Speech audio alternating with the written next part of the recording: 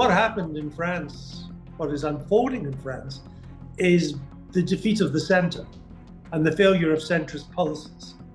These are exactly the policies which Keir Starmer is going to be elected on. Yeah. If he fails in Britain, and don't forget his policies are obsessed with net zero, pretty relaxed about immigration, high taxes, industrial strategy, metropolitan concerns rather than provincial concerns. If he fails, well, I can tell you this, Britain ain't going further left. There's only other one way it is going, and that is to the more populist right. Shocking news is breaking from London tonight. Rachel Reeves, the Chancellor, has been dismissed, and in the new year she will be replaced by someone more capable of handling this crucial role. Reeves has openly expressed her financial struggles, despite earning £86,000, with politicians claiming she grimaces when she checks her bank account. Rachel Reeves isn't just facing criticism, she's under the media spotlight for all the wrong reasons. The entire city is buzzing with the news that she didn't merely resign, it appears she was compelled to do so. But what's the reason behind this?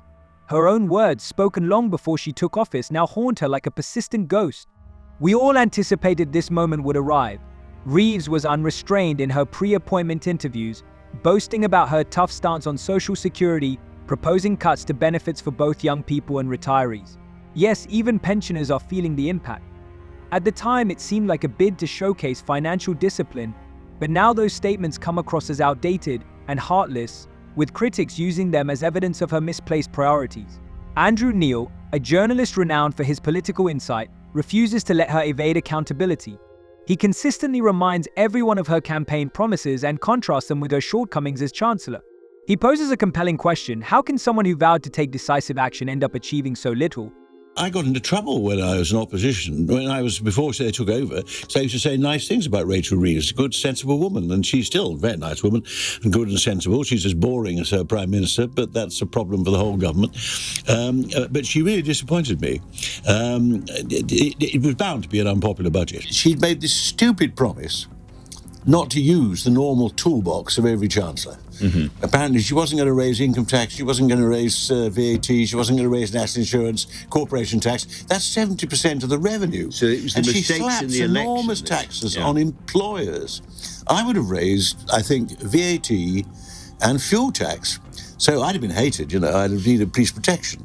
But in the national interest, that's what you're working towards in the first budget. And you don't put, in the present state of the economy, a big tax on employment in the way she has. The farmers, well, I'm rather on her side. Her attempts to defend herself often come across as inappropriate and even laughable.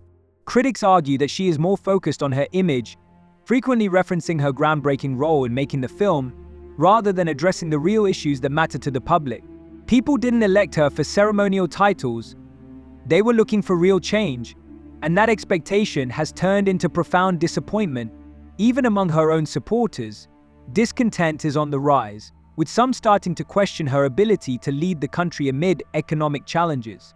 For someone who once appeared so self-assured, the harsh reality has dealt a significant blow.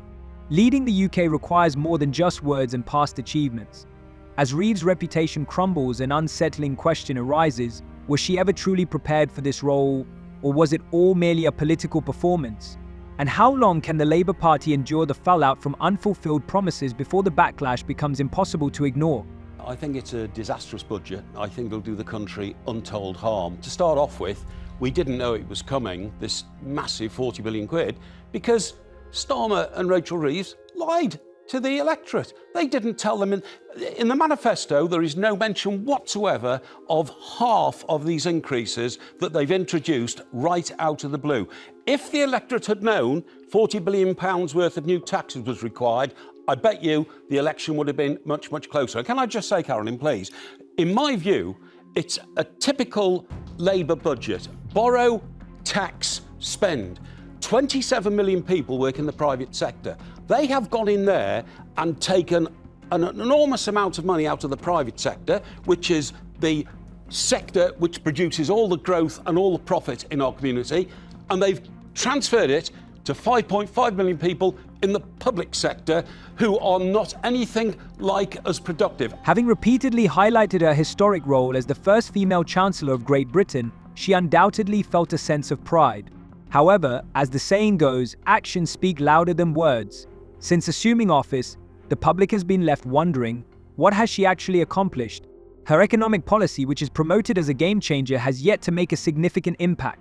Meanwhile, her claims of strict control over government spending are increasingly overshadowed by mounting criticism for failing to fulfill those very promises. Andrew Neil, who never misses a chance to highlight shortcomings, emphasizes that her time as Chancellor has been marked by delays, confusion, and a complete lack of clarity. From her inability to address urgent economic issues to her inadequate response to rising inflation, the cracks in her leadership are becoming increasingly hard to overlook. Says she was an economist at the Halifax Bank of Scotland. Was actually in the complaints department. Rachel from accounts. She was an economist for a little while at the Bank of England, but not as long as she says she was. She's a bit of a liar.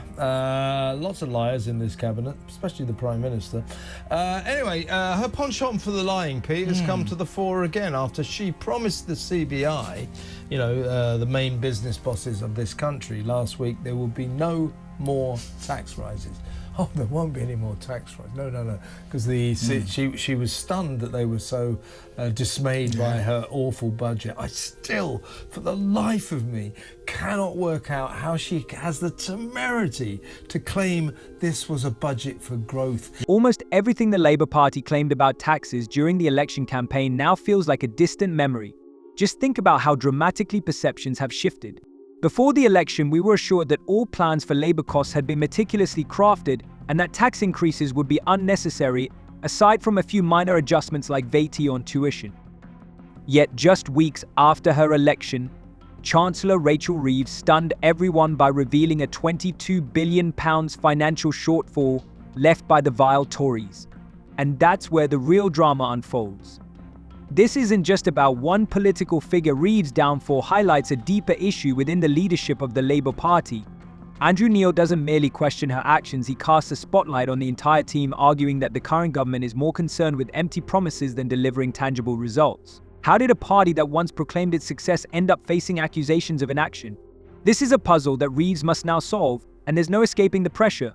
Her previous statements may have helped her secure election, but now they are backfiring, undermining the image she worked so hard to build. Rachel Reeves' challenges extend beyond her controversial remarks. Her manifesto, which was meant to outline a bright future for Britain, has been criticised as a complete disaster. Can I thank the Chancellor on his comprehensive demolition of the record of the last 12 years. Their record, their failure, their vicious circle of stagnation. The Chancellor has confirmed that the costs of the energy price cap will be funded by borrowing, leaving the eye-watering windfall profits of the energy giants untaxed.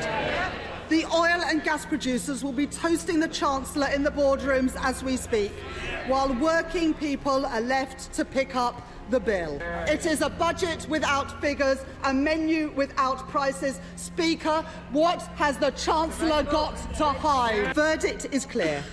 When it comes to the economy, this Tory leadership do not know what they are doing.